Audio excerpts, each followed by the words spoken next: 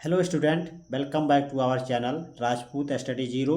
तो स्टूडेंट, आज के इस वीडियो में हम आप सभी को क्लास 12 जो कि फिजिक्स है, फिजिक्स हम पूरी किताब की फिजिक्स जो है उसकी पूरी किताब के सबसे महत्वपूर्ण प्रश्नों को बताएंगे जो आप सभी के बोर्ड एग्जाम की दृष्टि से बहुत ज़्यादा इंपॉर्टेंट है। क्या बहुत ज़्यादा इंपॉर्टेंट, वेरी वेरी इंपॉर्टेंट है। देखिए, यदि आप 2025 बोर्ड एग्जाम को देंगे तो ये वीडियो आप सभी के लिए बहुत ज़्यादा इंपॉर्टेंट है। देखिए, जैसा कि आपका जो फिजिक्स का पेपर है 6 मार्च को है और 24 मार्च को आपका हिंदी का पेपर है, उसी दिन से आपका पेपर स्टार्ट होता है। तो जैसा कि 6 मार्च को पेपर है तो 2 महीने आपको क्या करना है, तैयारी करना है, और 2 महीने के बाद 1 महीने आपको रिवाइज करना है। ज़्यादा समय आपको पास नहीं है, 3 महीने हैं। 3 महीने में आप क्या कीजिए, 1 महीना आप रिवाइज करेंगे और 2 महीने आपको जमकर तैयारी करना है। तो आपको तैयारी करना है तो हमारे चैनल पर आप तैयारी कर सकते हैं, क्योंकि इस चैनल पर हम आपको जितने भी इम्पोर्टेंट क्वेश्चन हैं उन सभी को हम बताएंगे। तो ज़्यादातर आपको हमारे चैनल सेकंड चैनल है राजपूत एस्कम स्टडी, उस पर आपको एकदम शुरू से आपको मिल जाएंगे जितने भी इम्पोर्टेंट क्वेश्चन हैं। तो चलिए स्टार्ट करते हैं। स्टार्ट करने से पहले आपसे छोटी सी रिक्वेस्ट है, चैनल पर नया हो चैनल को सब्सक्राइब कर लीजिएगा। चलिए देखते हैं क्वेश्चन को। तो देखिए, पहला क्वेश्चन हमारा आता है, आवेश की गतिशीलता से क्या समझते हैं। तो आवेश की गतिशीलता क्या से आप क्या समझते हैं। देखिए, किसी आवेश वाहक के अनुगमन वेग वीडी तथा आरोपित विद्युत क्षेत्र ई के अनुपात को उस आवेश वाहक की गतिशीलता कहते हैं। इसे म्यू से दर्शाते हैं। जो इसका फार्मूला होगा म्यू बराबर वी डी अपान में ई, ये इसका फार्मूला। पहला नंबर ये टॉपिक आपका इम्पोर्टेंट है। उसके बाद दूसरा नंबर क्वेश्चन जो है आपका ज़्यादा इंपॉर्टेंट है, किरचॉफ का धारा नियम। ये आपके बोर्ड एग्जाम में 100% पूछेगा।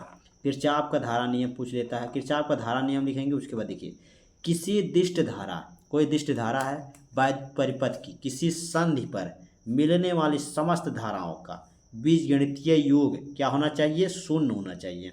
यानी जो इसका जो है दिष्ट धारा जो आई है, ये जो है वैद्युत परिपथ के किसी संधि पर मिलने वाले, संधि माने होता है जोड़, क्या जोड़, इसके संधि पर मिलने वाले समस्त यानी सभी धारा जो है आई बराबर, आई जो है इसके जो बीजगणितीय योग है क्या, ये सिग्मा, ये आपका जोड़ हो गया। यानी कि सभी इसमें जो धारा हैं ये जुड़ गई बराबर, आपका ये 0 होना चाहिए। तो ये आपका किरचॉफ का धारा नियम है। क्वेश्चन नंबर तीसरा देखते हैं।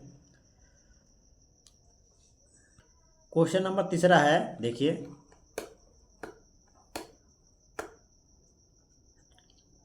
क्वेश्चन नंबर तीसरा में कह रहा है, किसी विभव मापी में, न्यूमेरिकल है, 1.0182 वोल्ट जो है विद्युत वाहक बल, ये शॉर्ट में लिखा गया है, समझ जाइएगा। ये आपके बोर्ड एग्जाम में भी इसी तरह लिख सकता है। के सेल के लिए संतुलन बिंदु 339.4 सेमी लंबाई पर प्राप्त होता है। विभव मापी की विभव प्रवणता ज्ञात कीजिए। विभव प्रवणता का सूत्र इसमें लगेगा। तो देखिए, विद्युत वाहक क्या, विद्युत वाहक बल जो है ई बराबर 1.0182 इतना दिया है, और लंबाई जो है आपका यल बराबर दिया है 339.4 सेमी। और इसमें देखिए सेमी में दिया है, इसको हम मीटर में बदलेंगे। तो मीटर में बदलने के लिए आपको क्या करना होता है, इसमें हम क्या करते हैं 10 पे माइनस 2 मीटर इसमें गुणा कर देते हैं। मीटर में बदलने के लिए 10 पे माइनस 2 इसमें गुणा कर देते हैं। ये देखिए बटे में होता है 100 बटे में करेंगे तो यही आपका जो है माइनस, प्लस में नीचे होता है पावर में 10, ऊपर जाएगा माइनस में हो जाएगा। तो यही आपका हो जाएगा मीटर में। विभव प्रवणता के बराबर, यानी कि ये के है, कुछ के तरह रहता है, ई बराबर अपान में यल, ये होता है इसका फार्मूला। तो उसके बाद देखिए, जो विद्युत वाहक बल है ये कितना दिया है 1.0182 और बटे में आपका दिया है ये लंबाई। तो लंबाई कर देंगे और इसको हम देखिए, इसको हम काटेंगे तो हमारा आएगा 0.003 और गुणे 10 की पावर में 2। इसको हम ऊपर ले जाएंगे प्लस में हो जाएगा 2, ये वोल्ट प्रति मीटर हो जाएगा। अब इसका जब हम गुना करेंगे तो 10 पे पावर 2 है, तो यहाँ से आपका 2 जीरो खलास हो जाएगा और उसके बाद दशमलव आ जाएगा इसके आगे। तो दो जीरो हट जाएगा, तो 2 जीरो हटा देंगे, 1 जीरो बचेगा, यहाँ पर हो जाएगा 10.3 वोल्ट प्रति मीटर। ये इसका आंसर हो जाएगा। तो ये क्वेश्चन नंबर तीसरा था न्यूमेरिकल, बहुत ही आसान न्यूमेरिकल था, आप समझ गए होंगे। चलिए क्वेश्चन नंबर तीसरा देख चुके, चौथा नंबर देख। क्वेश्चन नंबर आपका 4 है, किसी विद्युत परिपथ में 1 वाट शक्ति से क्या अभिप्राय है। ये आपका इंपॉर्टेंट क्वेश्चन है।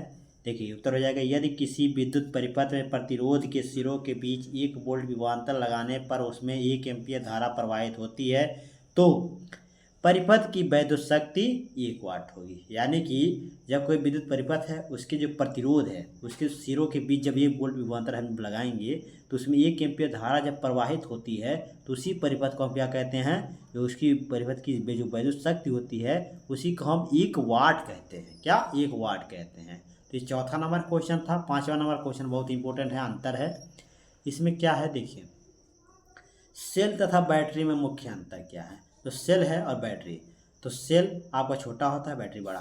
तो देखिए सेल तथा बैटरी में मुख्य अंतर क्या है। सेल एक है, जो सेल है एक उपकरण है, क्या उपकरण है जो रासायनिक ऊर्जा को विद्युत ऊर्जा में परिवर्तित करता है।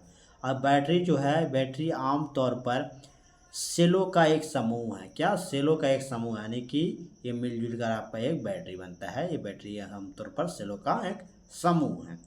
एक सेल आमतौर पर हल्की होती है और देखिए बैटरी में आमतौर पर कई सेल होते हैं। क्या, जो बैटरी में आमतौर पर कई सेल होते हैं उसमें इस प्रकार इसका बड़ा आकार होता है। क्या मैंने बताया ना, इसका बड़ा आकार होता है।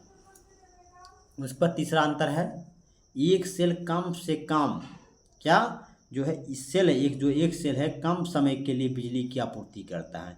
देखिए जो सेल है कम समय के लिए जो बिजली की आपूर्ति करे, लेकिन जो बैटरी है वो लंबी अवधि तक यानी लंबे समय तक इसकी जो बिजली है उसकी आपूर्ति कर सकता है, यानी कर सकती है।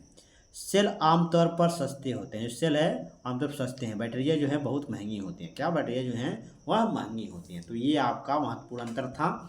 चलिए देखते हैं क्वेश्चन नंबर 6।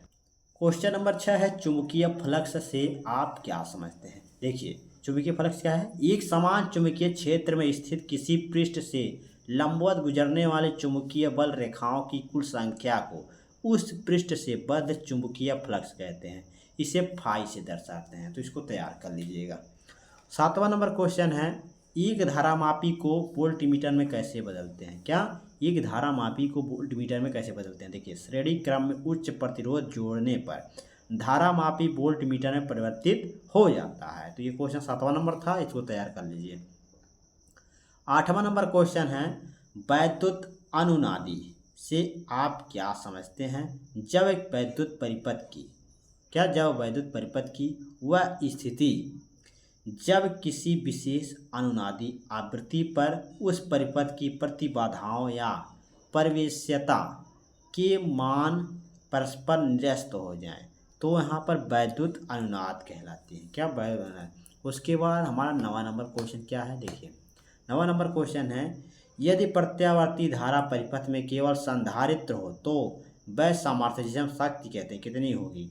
यदि प्रत्यावर्ती धारा परिपथ में केवल संधारित्र है तो क्या होगा, जो वह सामर्थ्य है वह शून्य होगा। क्या, शून्य हो जाएगी। 9वां नंबर हो गया क्वेश्चन। 10वां नंबर देखते हैं जो कि लास्ट क्वेश्चन होगा।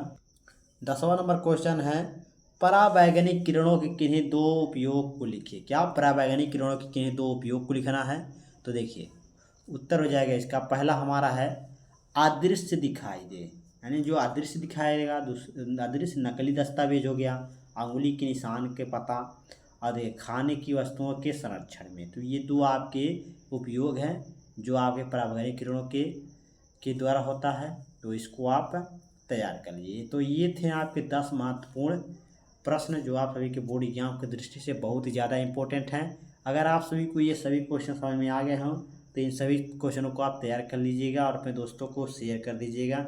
और देखिए लाइक शेयर कमेंट जरूर करना मत भूलिएगा और अपने दोस्तों को भी शेयर कर दिया। देखिए चैनल पर नए हो चैनल को सब्सक्राइब जरूर कर लीजिएगा, क्योंकि ये एक सब्सक्राइब से ही आपके से मोटिवेशन मिलता है। तो इसलिए आप सब्सक्राइब जरूर कर लीजिएगा। तो चलिए मिलते हैं आपसे नेक्स्ट वीडियो में नेक्स्ट टॉपिक के साथ। धन्यवाद।